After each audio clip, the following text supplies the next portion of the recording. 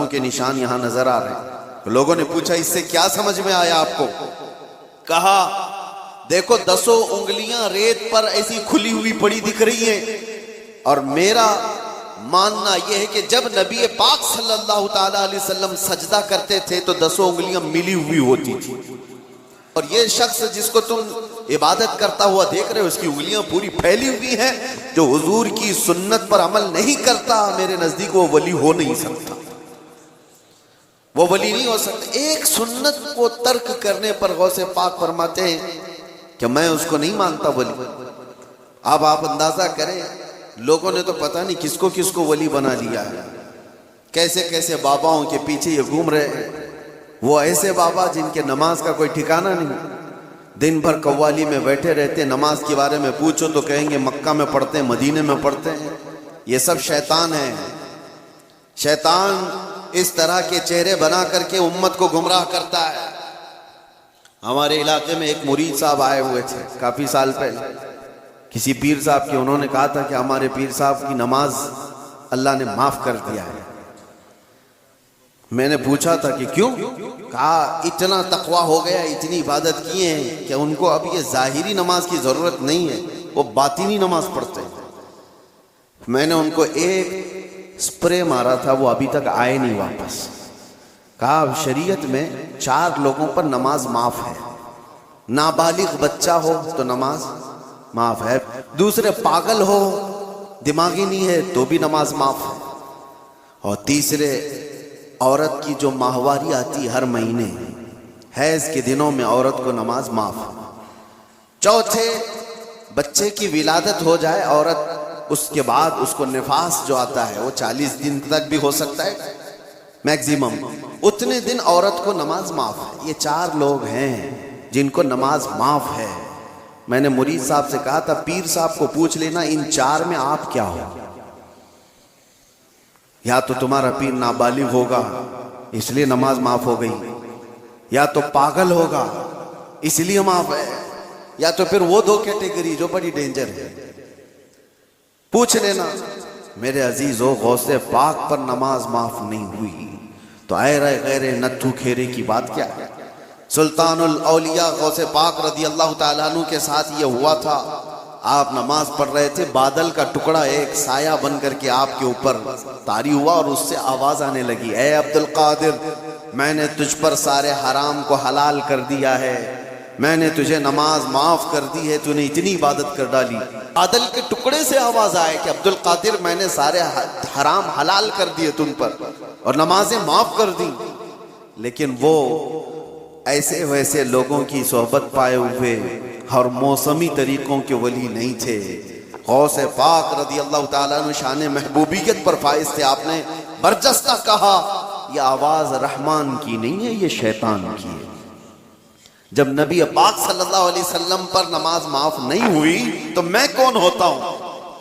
اللہ کے رسول صلی اللہ علیہ وسلم جو صاحب شریعت ہیں، حضور نے نماز نہیں چھوڑی، اور وہ بھی آخری وقت تک۔ جانتے ہو روایات میں موجود ہے اس وقت رسول اللہ صلی اللہ علیہ وسلم حجرے سے باہر آ رہے تھے جب آپ کی وفات کو چند ہی دن باقی تھے۔ حضرت ابوبکر صدیق امامت کر رہے تھے، لیکن اس کے باوجود رسول پاک صلی اللہ علیہ وسلم سخت علالت کے بعد حجرے سے باہر تشریف لائے تھے، اس حالت میں کہ روایات میں موجود ہے حضور 2 صحابہ کے کندھوں پر ہاتھ رکھ کر کے باہر آ رہے تھے، پیر زمین پر نہیں لگ رہے تھے۔ اس قدر شدت کی تکلیف کے ساتھ بھی نبی پاک صلی اللہ علیہ وسلم مسجد میں تشریف لا رہے ہیں، اور یہاں مرغ مسلم توڑتے ہوئے بیٹھے ہوئے وہ پیر کہتے ہیں کہ ہمارے لیے نماز معاف ہے۔ غوث پاک نے جب یہ کہا کہ یہ رحمان کی آواز نہیں، یہ شیطان ہے، میرے لیے نماز معاف نہیں ہو سکتی، تو غوث پاک رضی اللہ تعالیٰ عنہ پر اس نے غرور اور تکبر میں لانے کے لیے ایک دوسرا حملہ کیا تھا اور کہا عبد القادر تم بہت پڑھے لکھے ہو، بہت علم ہے تمہارے پاس، تم پڑھے لکھے نہ ہوتے، علم نہ ہوتا تو آج میرے گمراہی میں آ جاتا۔ شیطان اپنی اصلی حالت پر آ گیا، کہا ٹھیک ہے تم نے مجھے پہچان لیا، لیکن تم بہت پڑھے لکھے ہو، تمہارا علم اتنا ہے کہ تم بچ گئے۔ غوث پاک نے کہا تو دوسرا حملہ کر رہا ہے مجھ پر، میرے علم نے نہیں بچایا، مجھے رب کے فضل نے بچایا۔ یہاں پر بھی آدمی بہک سکتا ہے، اگر ہاں کہہ دیا کہ ہاں میں تو پڑھا لکھا ہوں، میں بہت علم والا ہوں، اسی لیے بہت سارے علم والے بھی بھسم ہو گئے، علم والے بھی بہک گئے۔ علم کے ساتھ رب کا فضل ہے تو پھر وہ بچ جاتا ہے۔ میرے عزیزو، عرض یہ کرنا ہے کہ حضور پاک صلی اللہ علیہ وسلم کی شریعت کو چھوڑ کر کے کوئی ولی نہیں ہو سکتا۔ غوث پاک رضی اللہ تعالیٰ عنہ کی 11ویں کرنے والے، نیاز کرنے والے، سب سے میرا ایک ہی کہنا ہے اور سب کے لیے ایک میسج ہے کہ تمہاری 11ویں، تمہارے کھچڑے، تمہارے نیاز یہ فرض نہیں، نہ ہی واجب ہیں، مستحب کے درجے میں آ سکتے ہیں، لیکن فجر کی نماز سے لے کر عشاء کی نماز تک فرض یہ تمہارے اوپر ایسا ضروری ہے کہ اس چیز کے لیے کوئی معافی نہیں ہے۔ 1 سال تم نے دیگ نہیں بنائی، نیاز نہیں کی تو قیامت کے دن نہیں پوچھا جائے گا کہ تم غوث پاک کی فاتحہ کرتے تھے کہ نہیں کرتے تھے، یہ سوال نہیں ہوگا، لیکن یہ سوال ضرور ہوگا کہ فجر میں اٹھے کیوں نہیں تھے، اتنی نمازیں قضا کیوں ہوئی تم سے۔ میرے عزیزو، نوافل اور مستحبات میں پڑی ہوئی یہ امت، میں منع نہیں کرتا، آپ شوق سے، ہم بھی کرتے غوث پاک رضی اللہ تعالیٰ عنہ کے دربار میں ایصال ثواب کے لیے، مرحومین کے لیے ہم نیاز، فاتحہ، ساری چیزیں کرتے ہیں، لیکن اس کا مطلب یہ نہیں ہے کہ کل وہی ہے اور اللہ تبارک و تعالیٰ کی یہ عبادتیں کچھ معنی نہیں رکھتی، نماز نہیں ہے، قرآن نہیں ہے۔ عزیزان گرامی، میں ان لوگوں سے پوچھتا ہوں جو 2-2 3-3 گھنٹے قوالیوں پر رقص کرتے ہیں، قرآن کی ایک سورہ بھی تو سن کے دکھاؤ، وہ رب کا کلام ہے، اللہ کا کلام ہے۔ کسی قاری قرآن سے تم قرأت سن کر کے جھومو، پھر پتہ چلے کہ ایمان تمہارے دل میں کتنا ہے۔ ڈھول باجوں پر رقص کرنے والی قوم، ایمان سے اگر تعلق ہے تو ان خرافات میں نہیں جا سکتا۔ ہم سنیوں پر ایک بڑا الزام یہ لگایا جاتا ہے کہ یہ صرف چادر، گاگر، جلوس، فاتحہ، نیاز 11ویں والے لوگ ہیں۔ میرے عزیزوں، وہ ایک پارٹ ہے۔ ظالموں نے جس طرح کا یہ ہمارے اوپر الزام لگا کر رکھا ہے کہ یہ سجدے کرنے والے لوگ ہیں، قبر کی پوجا کرنے والے لوگ ہیں، اور مزارات اولیاء پر جا کر شرک و بدعت کرنے والے لوگ ہیں، دنیا کو یہ پھیلا کر کے رکھا گیا۔ ہم اس سے برات کا اظہار کرتے ہیں۔ ہم سنی مزار کو سجدہ تو چھوڑو، ہم رسول کو بھی سجدہ نہیں کرتے۔ سجدہ صرف اور صرف اللہ وحدہ لا شریک کے لیے ہے، عبادت صرف اللہ رب العزت کے لیے ہے۔ سجدہ تو دور کی بات، جھکنا بھی جائز نہیں ہے، جھکنا بھی جائز نہیں ہے۔ ہم اس عقیدے کے حامل ہیں، الحمدللہ، مزارات پر جاتے ہیں تو شرک و بدعت کے لیے نہیں، میرے مصطفیٰ کے فرمان پر جاتے ہیں۔ اور رہی بات اولیاء کاملین کے مزارات پر جا کر دعا کرنا، یہ قرآن سے ہم اخذ کرتے ہیں کہ سیدنا زکریہ علیہ السلام، زکریہ علیہ السلام اللہ کے نبی ہیں، پتہ ہے بیت المقدس کے امام، قرآن میں ہے 3 پارے میں، سورہ آل عمران، آپ پڑھ کر کے دیکھنا، ان کو اولاد نہیں تھی، 90 سال کی قریب عمر ہو گئی تھی، لیکن اسی وقت بیت المقدس میں حضرت بی بی مریم کو لایا گیا تھا۔ ان کی والدہ حنا، ان کو بھی اولاد نہیں تھی، انہوں نے منت کی تھی کہ اللہ اگر ہم کو تو بیٹا دے تو ہم بیت المقدس کی خدمت میں وقف کریں گے۔ بیٹا نہیں ہوا، بیٹی ہوئی۔ منت کے مطابق انہوں نے اپنی بیٹی کا نام مریم رکھا اور لا کر کے بیت المقدس میں وقف کر دیا بچپن میں۔ تو کس کو دیا جائے گا؟ جو بیت المقدس کے امام تھے، متولی تھے، حضرت زکریا علیہ السلام، ان کے ہاتھ میں دیا گیا کہ بچی وقف ہے۔ حضرت زکریا علیہ السلام نے قبول کیا اور ایک محراب میں بچی کو رکھتے تھے۔ قرآن میں یہ ذکر ہے، میں بتا رہا ہوں آپ کو۔ اور حضرت زکریا علیہ السلام کہتے ہیں کلما دخل علیہا زکریا المحراب وجد عندها رزقا قالت یا مریم انا لک ھذا قالت هو من عند اللہ ان اللہ یرزق من یشاء بغیر حساب۔ جب حضرت زکریا علیہ السلام محراب مریم میں جاتے تو کہتے ہیں قسم قسم کے پھل وہاں پر رکھے ہوئے پاتے تھے۔ تو حضرت زکریا پوچھتے مریم یہ سب تیرے پاس کہاں سے آتا ہے؟ حضرت مریم کہتی ہے سب اللہ کی طرف سے ہے، اللہ جسے چاہے بے حساب رزق دیتا ہے۔ مریم کون ہے؟ نبی نہیں ہے حضرت مریم، ہاں اللہ کی ولیاں ہیں، پاکیزہ مقدس ہستی، لیکن ان کو اللہ تبارک و تعالیٰ نے وہ کرامات سے نوازا تھا، وہ بچپن میں پھل وغیرہ ان کو رزق کے طور پر پہنچ رہا تھا۔ اس کے بعد کی جو آیت ہے اب سنو، تعالیٰ فرماتا ہے ہنالک دعا زکریا ربہ قال رب ہب لی من لدنک ذریۃ طیبۃ انک سمیع الدعاء۔ زکریا علیہ السلام کو بھی اولاد نہیں تھی، تو اسی مریم کے محراب میں کھڑے ہو جہاں بی بی مریم تھی، کہا اے اللہ مجھے بھی ایک بیٹا عطا کرتے ہیں۔ ہنالک دعا زکریا ربا، یہ قرآن کی آیت ہے۔ زکریا علیہ السلام نے اپنے رب سے دعا کی، اللہ مجھے بھی ایک بیٹا دے دے، تیری جانب سے نیک و صالح بیٹا عطا کر دے۔ اب یہ دعا تو ہو گئی، اور قرآن میں اس کے فوراً بعد آیت ہے فنادته الملائکۃ وهو قائم یصلی فی المحراب ان اللہ یبشرک بیحییٰ۔ اسی وقت اللہ کے فرشتوں نے بشارت دے دی زکریا علیہ السلام کو، تمہاری دعا قبول ہو گئی اور یحییٰ علیہ السلام کی شکل میں تمہیں بیٹا ملنے والا۔ اتنی تیز دعا۔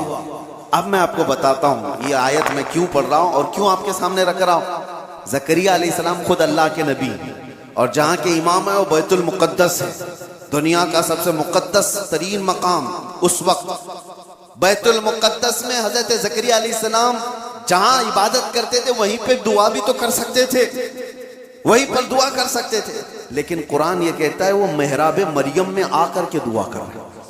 محراب مریم میں جہاں بی بی مریم بیٹھی وہاں دعا کر رہے ہیں۔ اس سے پتہ یہ چلتا ہے کہ اللہ کے صالح بندے جہاں ہوتے ہیں وہاں سے دعائیں قبول ہوتی ہیں، اللہ کے ولی رہا کرتے ہیں وہاں سے جب نبی کی دعا قبول ہوتی ہے تو پھر امتی کی کیوں نہیں قبول ہوتی؟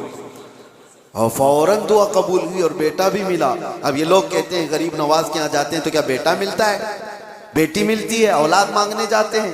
ظالمو تمہیں پتہ نہیں زکریا علیہ السلام بی بی مریم کے پاس کھڑے ہو کر بیٹا مانگے تھے تو بیٹا نبی کی شکل میں ملا تھا۔ ہاں یہ نہیں ہے کہ وہ بی بی مریم سے مانگ رہے تھے، وہ اللہ سے مانگ رہے تھے، لیکن جگہ کون سی ہے؟ جگہ کا بھی اثر ہوتا ہے۔ ہاں ایک بات میں آپ کو بتا دوں کہ جگہ کا اگر اثر نہیں ہوتا تو مسجدیں اور یہ ساری چیزیں بنانے کی ضرورت کیا ہوتی؟ عبادت کرنے کے لیے بھی جگہ ہے، آپ کا ٹریٹمنٹ کرنے کے لیے ہاسپٹل میں بھی جگہ ہے، ہر چیز ایک ایک جگہ پر ہوتی ہے کہ نہیں ہوتی؟ ہوتی۔ جن لوگوں کا وہ ماننا ہے کہ کچھ بھی نہیں ضروری ہے وہاں جانا یہاں جانا، تو میں ان سے کہتا ہوں کبھی باتھ روم میں بیٹھ کر کے ڈاکٹر سے اپنا علاج کرا لو گے؟ جگہ تو جگہ ہی ہے، بیٹھے ہو نہیں ہے، آپ کو پتہ ہے اس کے لیے ہاسپٹل جانا ہوگا، اس کے بیڈ پر سونا ہوگا، وہاں پر وہ کچھ ٹریٹمنٹ کرے گا، کیا ضرورت ہے پوچھتے ڈاکٹر سے آ جاؤ میرے ٹوائلٹ میں علاج کر لو، یہیں انجیکشن لگا دو۔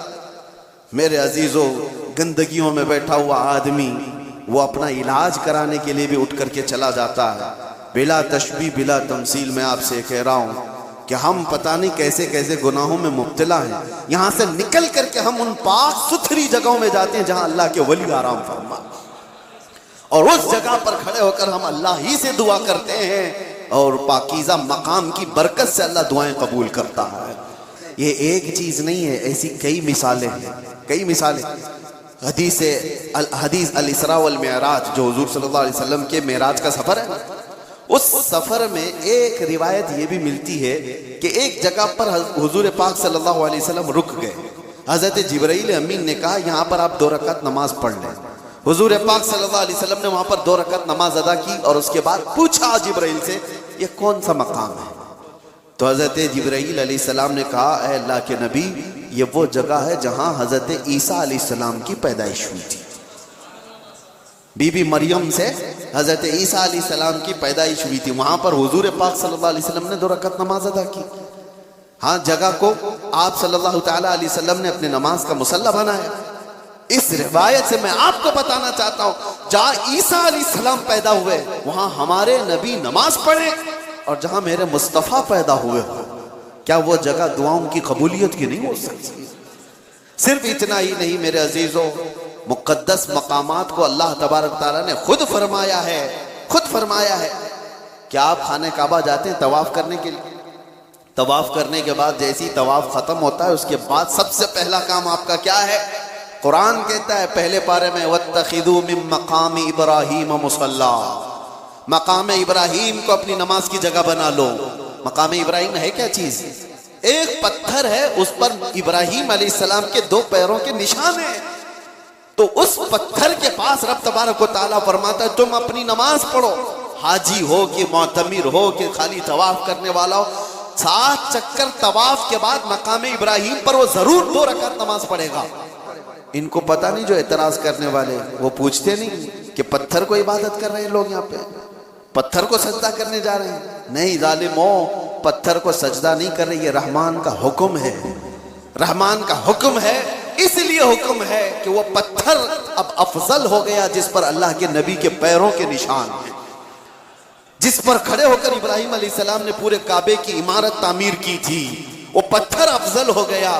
اب آپ سوچو پتھر کھڑے ہونے والے نبی کی وجہ سے افضل ہے تو پھر وہ نبی کتنے افضل ہیں، ہاں ان کے قدم کتنے افضل ہیں۔ ہم تبرکات والے لوگ ہیں اس لیے ہم ان کی نہیں مانتے، ہم تو چھوٹی سی بھی کوئی چیز نسبت کی ملتی ہے تو ہم اس کو احترام سے سر آنکھوں پر رکھتے ہیں۔ آج بھی بحمدہ تعالی حضور پاک صلی اللہ علیہ وسلم کے منہ مبارک پوری دنیا میں دیکھے تو سنیوں کے پاس ہی ملے گی، کیونکہ قدر ان کو ہی ہے اور وہ چاہتے ہیں کہ حضور پاک صلی اللہ علیہ وسلم سے ریلیٹڈ جو بھی چیز ہے وہ عظمت والی ہے۔ اب آپ کو میں بتاتا ہوں جو ایک بڑا سوال یہ ہے کہ یہ اولیاء کرام کے لیے کہانیاں گڑھ لیتے ہیں لوگ، کرامات